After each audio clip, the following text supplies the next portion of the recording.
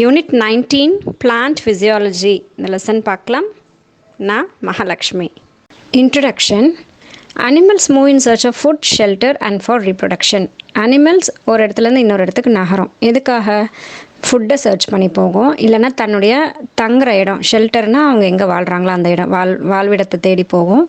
இல்லைன்னா இனப்பெருக்கத்துக்காக அனிமல்ஸ் வந்து ஒரு இடத்துலேருந்து இன்னொரு இடத்துக்கு மூவ் பண்ணி போகும்.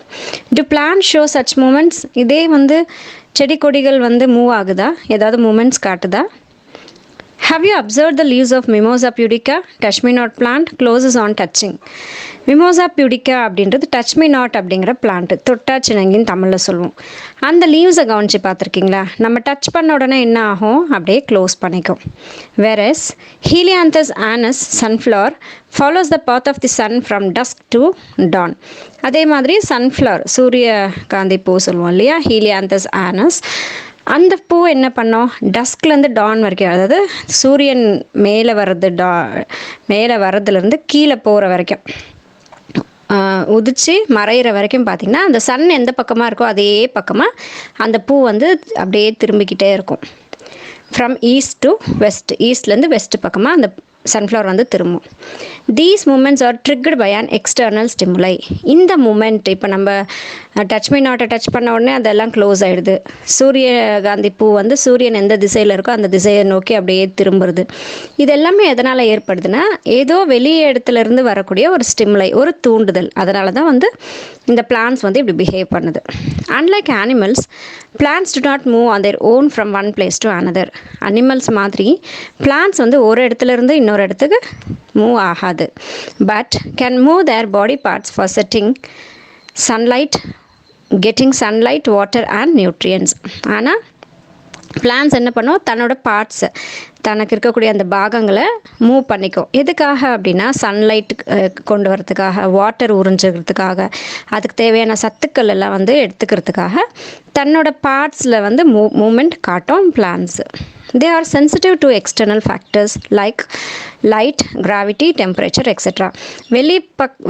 வெளிப்பக்கமாக இருக்கக்கூடிய சில விஷயங்களுக்கு அது ரொம்ப சென்சிட்டிவாக இருக்கும். லைட்டுக்காக, கிராவிட்டின்றது புவி ஈர்ப்பு சொல்லுவோம், ஸோ அது கிராவிட்டி, அண்ட் டெம்பரேச்சரை பொறுத்து தன்னோட சேஞ்சஸ் வந்து இருக்கும்.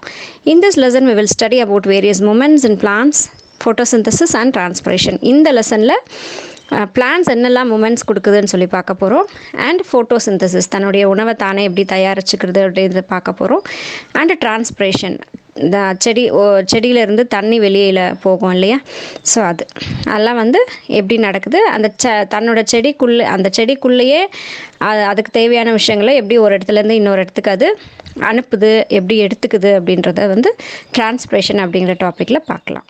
Tropism in plants. Tropism is a unidirectional movement of a whole or part of the plant towards the direction of stimuli. இந்த tropism அப்படின்றது என்னென்னா யூனிடைரக்ஷனல் மூமெண்ட், அதாவது ஒரே பக்கமாக இருக்கக்கூடிய மொமெண்ட்டு, நகர்வு. இந்த நகர்வு வந்து ஒரே ஒரு டைரெக்ஷனில் மட்டும்தான் இருக்கும், பல டைரெக்ஷனில் இருக்காது. ஒன்று முழுமையாக அந்த பிளான்ட்டுடைய மொத்த பார்ட்ஸும் மூவ் ஆகும், அப்படி இல்லைன்னா அந்த பிளான்ட்டோட ஏதாவது ஒரு பாகம் மட்டும் ஏதாவது ஒரு தூண்டுதலின் பெயரால் ஒரு குறிப்பிட்ட டைரெக்ஷனில் மூவ் ஆகும். அதுதான் என்ன சொல்கிறோம் அப்படின்னா ட்ராபிசம் அப்படின்னு சொல்கிறோம். Types of tropism. ட்ராபிசமில் நிறைய வகைகள் இருக்குது. Based on the nature of stimuli, tropism can be classified as follows. அந்த தூண்டுதல் உடைய இதை வச்சு ட்ராபிசம் வந்து சில வகையாக பிரியுது.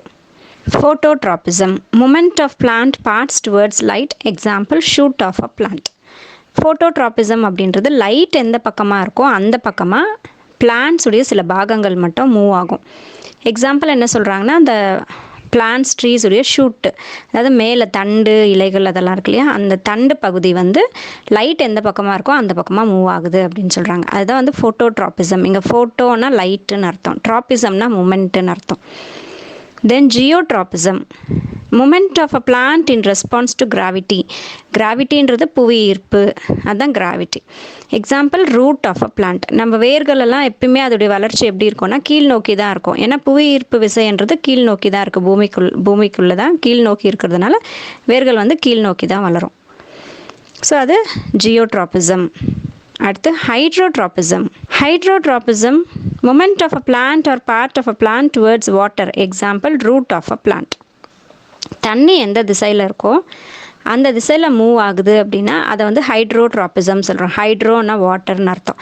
எக்ஸாம்பிள் ரூட்டுக்கு சொல்லியிருக்காங்க, ரூட் ஆஃப் அ பிளான்ட்னு சொல்லியிருக்காங்க. வேர்கள் என்ன பண்ணோம், ஃபுல்லாக படர்ந்து போய் எந்த இடத்துல தண்ணி இருக்கோ அந்த தண்ணி வந்து உறிஞ்சி பிளான்ட்டுக்கு கொடுக்கும். ஸோ தண்ணி எந்த பக்கமாக இருக்கோ அந்த பக்கம் வேர்கள் வந்து வளரும். Thigmotropism, movement of a plant part due to touch. Example climbing wines.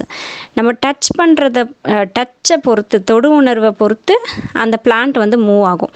Example வந்து கிளைம்பிங் வைன் சொல்லியிருக்காங்க. அந்த கொடி அப்படியே ஏறும் பார்த்தீங்களா, அது எந்த மரத்தை பிடிச்சிக்கிட்டோ இல்லை கிளாயை பிடிச்சிக்கிட்டோ அது அந்த கொடி அப்படியே படருதோ அதுக்கேற்ற மாதிரி அப்படியே சுருண்டு சுருண்டு அது படர்ந்து அப்படியே ஏறிட்டே போகும். ஸோ அது திக்மோட்ராபிசம்.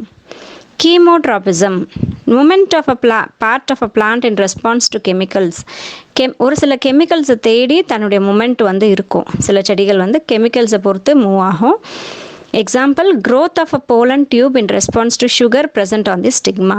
இந்த pollen tube என்ன பண்ணோம் அப்படின்னா, ஸ்டிக்மா எங்கே இருக்கோ அதை நோக்கி அந்த கெமிக்கல் உடைய தேவைக்காக அது என்ன பண்ணோம், அதை நோக்கி வளரும். ஸோ அது கீமோட்ராபிசம் அப்படின்னு சொல்கிறோம்.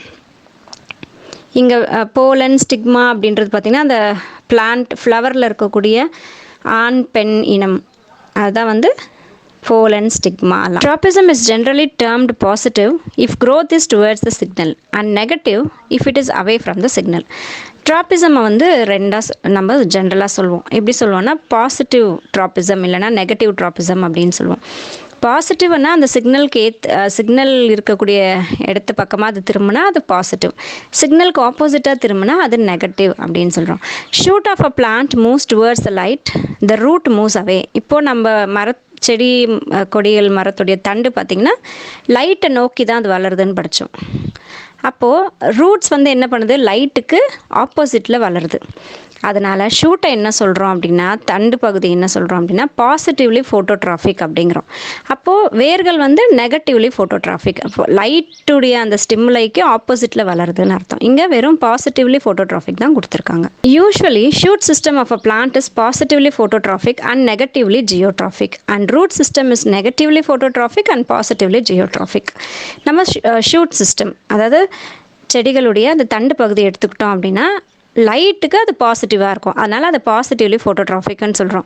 நெகட்டிவ்லி ஜியோட்ராஃபிக், அது வந்து புவி ஈர்ப்பு விசையை நோக்கி அது வளராது, அதனால் அதை என்ன சொல்கிறோம், நம்ம தண்டு பகுதியை நெகட்டிவ்லி ஜியோட்ராஃபிக்ன்றோம்.